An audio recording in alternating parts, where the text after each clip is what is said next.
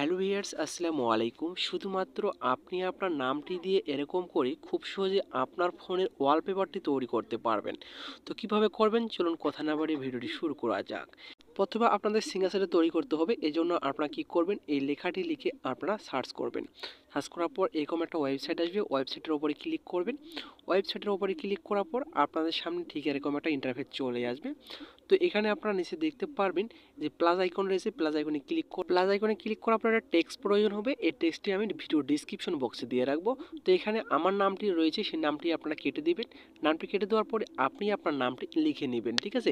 নামটি লেখানো হয়ে গেলে উপরে আপনি দেখতে পারবেন জেনারেট অপশনে ক্লিক করবেন।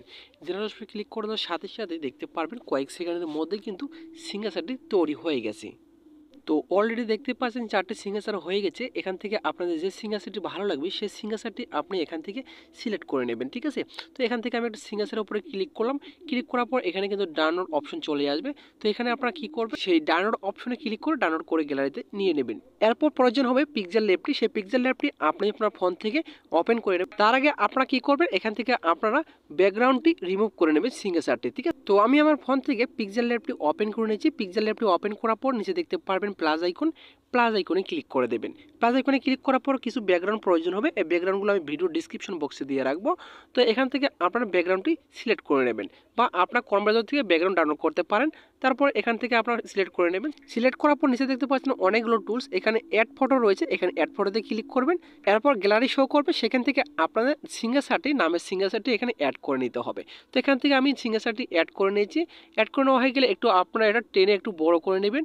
বড় করে নেওয়া হয়ে গেলে এরপর নিচে দেখতে পারবেন স্টিকার নাম একটা লেখা রয়েছে। এই স্টিকারের ওপরে জাস্ট একবার আপনাদেরকে ক্লিক করে দিতে হবে, ঠিক আছে। তো এখান থেকে আপনি যখন স্টিকারের ওপরে ক্লিক করে দেবেন, উপরে দেখতে পারবেন একটি সার্চ আইকন চলে আসবে। সার্চ আইকনে ক্লিক করে এখানে আপনারা লিখবেন সানলাইট, লিখে সার্চ করবেন। সার্চ করার পর এখানে দেখতে পারবেন অনেকগুলো কিন্তু ডিজাইন চলে আসছে। সেখান থেকে যে কোনো একটি সিলেক্ট করে নেবেন, ঠিক আছে। তো এখান থেকে আমি সিলেক্ট করে নিয়েছি। সিলেক্ট করা হয়ে গেলে আপনি বাম পাশে রাখবেন না ডান পাশে রাখবেন, সেটা আপনাদের ব্যাপার। তো এখান থেকে আমি ডান পাশে রেখে দিলাম। রেখে দেওয়ার পরে নিচে দেখতে পারবেন অনেকগুলো কিন্তু টুলস রয়েছে। তো এখান থেকে আপনারা এই টুলসটির ওপরে জাস্ট একবার ক্লিক করে দেবেন। ক্লিক করার পর এখানে দেখতে পারবেন দুটি অপশন চলে আসবে।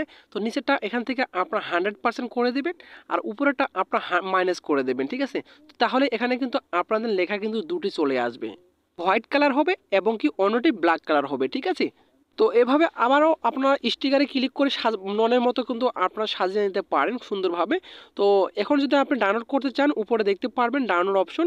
সেই ডাউনলোড অপশনে ক্লিক করে অতি সহজে ডাউনলোড করে গ্যালারিতে নিতে পারবেন। তো এভাবে খুব সহজে আপনাদের যে কোনো মোবাইলের ওয়ালপেপার আপনি খুব সহজে আপনার নামের সিগনেচার দিয়ে তৈরি করে ফেলতে পারবেন।